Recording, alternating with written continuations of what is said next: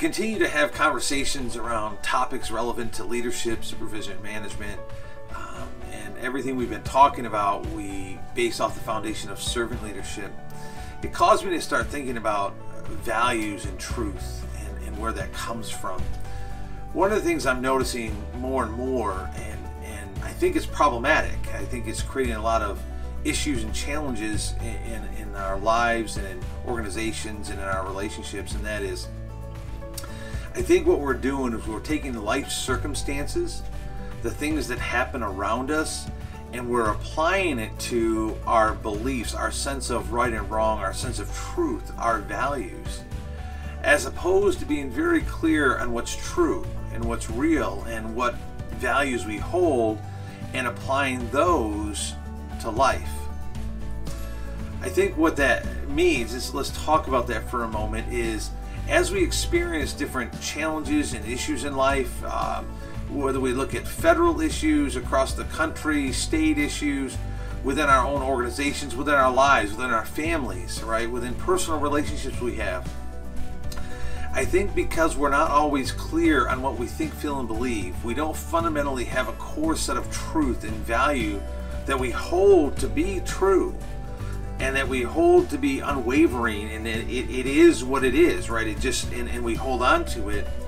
We begin to allow our emotions to guide how we see the world and how we see the interactions we're having with people.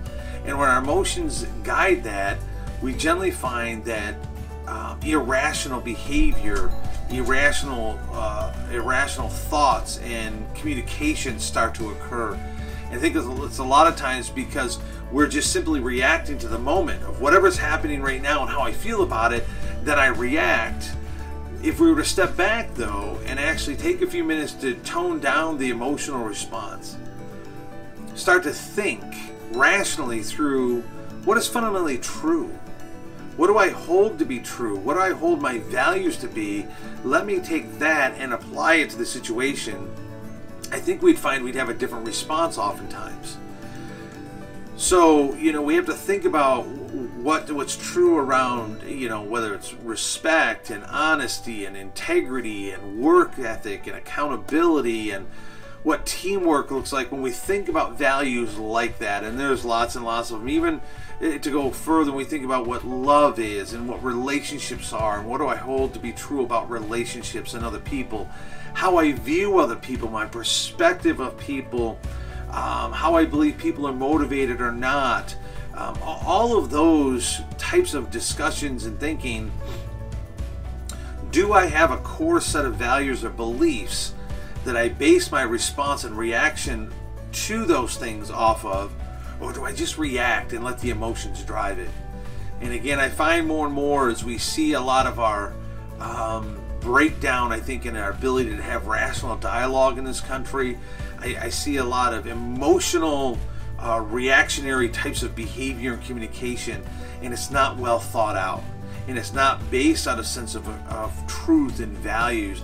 Because again, I think we're applying life, our situations, the things that are occurring at the moment, we're applying that to help determine what our truths and values and what our semblance of right and wrong is, as opposed to getting clear about what our truths are, what our values are, what do we think, feel, and believe to be true, to be right and wrong, and then applying that to life situations. It helps us to be far more consistent, far more predictable, right? Far more trustworthy and reliable. So I hope that challenges us to think about that, for you to think about what is your sense of truth, what is your sense of right and wrong, what are your values, and where do they come from? And can you hang on to those and apply them to life instead of the other way around? Again, thanks for your time today. Have a great day.